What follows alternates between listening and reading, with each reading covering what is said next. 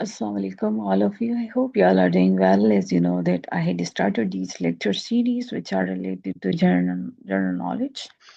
So yeah, आपका time waste नहीं करेंगे, पर अगर आप मेरे चैनल पे न्यू हैं तो आप प्लेलिस्ट में जाके ये पूरी सीरीज देख सकते हैं, क्योंकि मैंने बहुत सारे लेक्चर्स भी अपलोड कर चुकी हूँ। आपको मैं ये भी बताती चलूँ कि ये जितने भी क्वेश्चंस हैं ये सारे पास्ट पेपर में आ चुके हैं, तो ये मोस्ट रिपीटेड क्वेश्चंस की ये सीरीज है। ओके, तो कोई भी क्वेश्चन आप मिस मत कीजिएगा, राइट। तो the first one liner is Aedes अबाबा जो है उसका कैपिटल पूछा गया है कि ये किस कंट्री का कैपिटल है।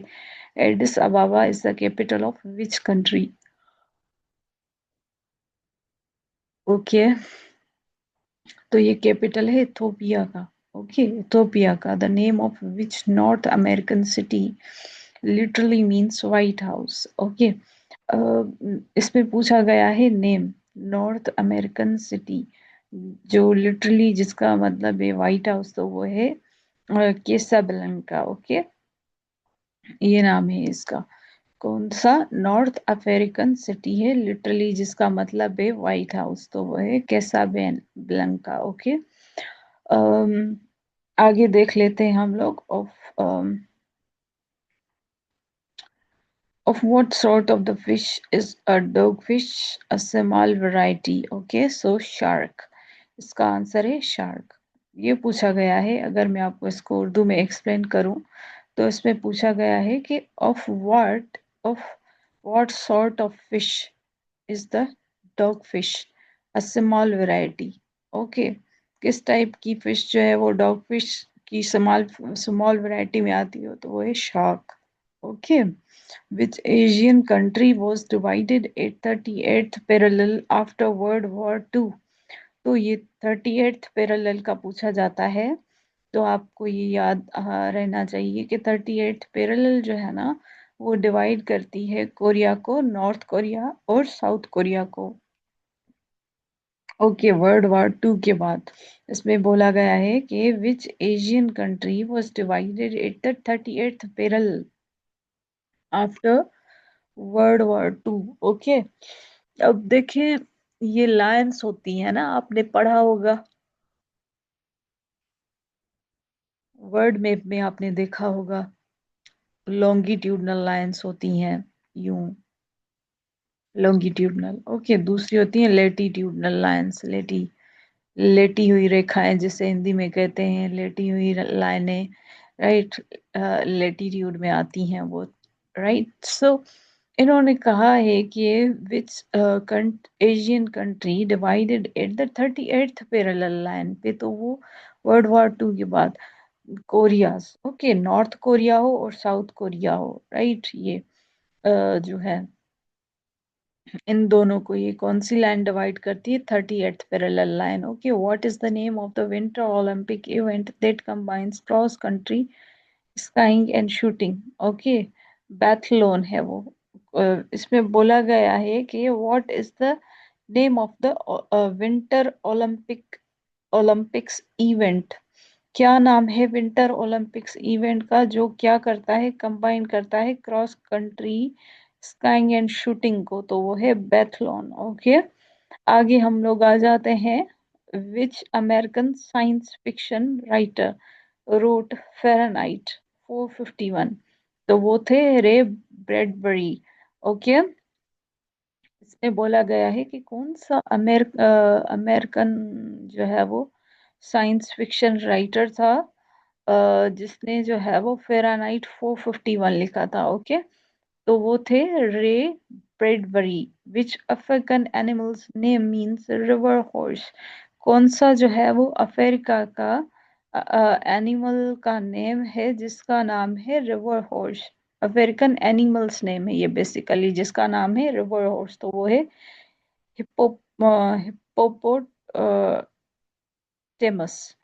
अब इसको आप देख लें, हिप्पोपोटेमस है ये। तो ये जो है वो एक जानवर है, एनिमल है, जिसको इन्होंने नेम दिया है रिवर हॉर्स का। ओके, आगे जो है वो हम लोग देख लेते हैं। आगे है which Indian religion was founded by Guru Nanak. तो वो कौन सा इंडियन रिलीजन था जो फाउंड किया था गुरु नानक ने? तो वो था Sikhism. Okay, what is the capital of the Australia? तो it is Vienna. Australia capital, what is the capital of the Australia? तो ऑस्ट्रेलिया का कैपिटल आपको पता है, ये पूछा जाता है, बहुत ही कॉमन क्वेश्चन है। तो वो है Vienna. Okay, Vienna, Australia. What is what in printing do the letters UC stands for? अब देखें, प्रिंटिंग में अगर लेटर आ जाए यूसी तो उसका मतलब होता है अपर केस। अब आप कहेंगे अपर केस क्या होता है? एक होता है अपर केस, दूसरा होता है लोअर केस, तीसरा होता है सेंटेंस केस, चौथा होता है बोल्ड। तो सेंटेंस केस भी होता है। तो ये देखिए, अपर केस मीन्स उसमें जैसे अगर मैं इनको लिख दूं, वॉट को सारों को कैपिटल में लिख दूं ना, तो वो हो जाएगा अपर केस। अगर मैं इनको जो है वो, जैसे प्रिंटिंग लिखा हुआ है तो ये प्रिंटिंग लोअर केस में लिखा हुआ है, मीन्स छोटी एबीसी में लिखा हुआ है। अपर केस में क्या होगा? बड़ी एबीसी में वर्ड्स लिखे होंगे। सेंटेंस केस में क्या होगा? ये सारा सेंटेंस केस है, आपने ये देखा, ये पूरा सेंटेंस फॉर्म में लिखा हुआ है, राइट। सिमिलरली दूसरी चीजें भी होती हैं, आपने वर्ड, माइक्रोसॉफ्ट वर्ड में देखा होगा खुद भी, राइट। तो ये था इसका मतलब। What politically does UDI stand for? तो UDI stands for Unilateral Declaration of Independence. Okay, politically, what politically does UDI stands for? UDI किससे, किस चीज पे स्टैंड करता है? वो यूनिलेटरल डिक्लेरेशन ऑफ इंडिपेंडेंस से। Okay, Donnerstag German for which day of the week? Donnerstag जो है वो है, Donnerstag is a German, okay, for which day of the week? तो वो कहते हैं थर्सडे को। Okay, Donnerstag in German में किस डे को कहते हैं वीक के? अब ये इन होगा ना डोनर स्टेज। ओके, तो ये थर्सडे को कहते हैं। आगे हम लोग देख लेते हैं,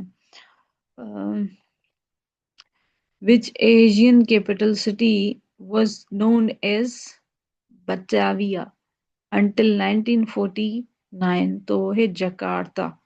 जकार्ता। ओके, अब देखें, ये है तो यूनि नए आपको न्यू लग रहे होंगे, पर एग्जाम में जब हम लोग बैठते हैं ना, तो एग्जाम में भी बिल्कुल ऐसे ही क्वेश्चंस आते हैं।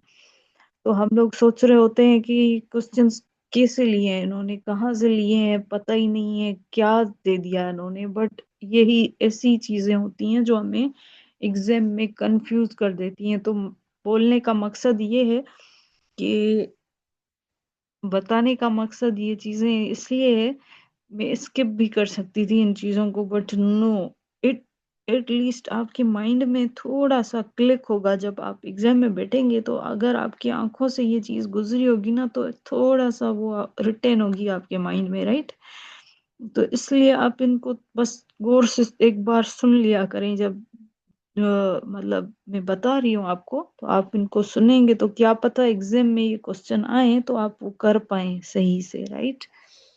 तो हम लोग थे अ, इस इस पे थे, राइट, कि विच एशियन कैपिटल सिटी जो है, जैसे जकार्ता जो है वो कैपिटल है इंडोनेशिया का ना, तो इसका पहले नाम क्या था? इससे ये क्या कहते थे? बटेविया कहते थे 1949 तक। Okay, the ancient city of Carthage is now in which country? so it is in Tunisia. Okay, ancient city of Carthage जो है is now in which country? तो वो है ट्यूनिसिया में। Okay, what in Russia is Izvestia? Russia में जो is वेस्टिया है वो क्या है? तो इज अ न्यूज़पेपर। ओके, जिसे हमने कहा कि ancient city Carthage is now in which country? तो वो ट्यूनिसिया में है। ओके, तो इसमें अभी पूछा गया है, ये देखिए क्वेश्चंस कैसे पूछ रहे हैं ये। What in Russia is Izvestia, तो वो है न्यूज़पेपर का नाम। Okay, which is the world's windiest windiest continent, जिसमें विंड्स ज्यादा लगती हो ना, तो वो है अंटार्कटिका। ओके, तो it is a windiest continent. Okay, दुनिया का ये भी आप देख लें कि पूरी दुनिया का विंडीज कॉन्टिनेंट है अंटार्कटिका। अब अंटार्कटिका में बर्फ ही बर्फ होती है, आपको पता है, नीचे साउथ पोल की तरफ है ये Antarctica. In which part of the body are deltoid muscles, तो वो है शोल्डर में। शोल्डर में आपको क्या मिलेंगे, डेल्टॉइड मसल्स मिलेंगे। Okay, E is the international car registration letter for which country? So Spain. Spain के लिए E. E is the international car registration letter. E एक इंटरनेशनल कार रजिस्ट्रेशन का क्या होता है, ये लेटर होता है। कौन सी कंट्री का, ये स्पेन का है। Okay, Vienna stands in which river, तो ये रिवर डन्यूब पे है Vienna. Okay, which French city is meeting place for the European parliament, तो वो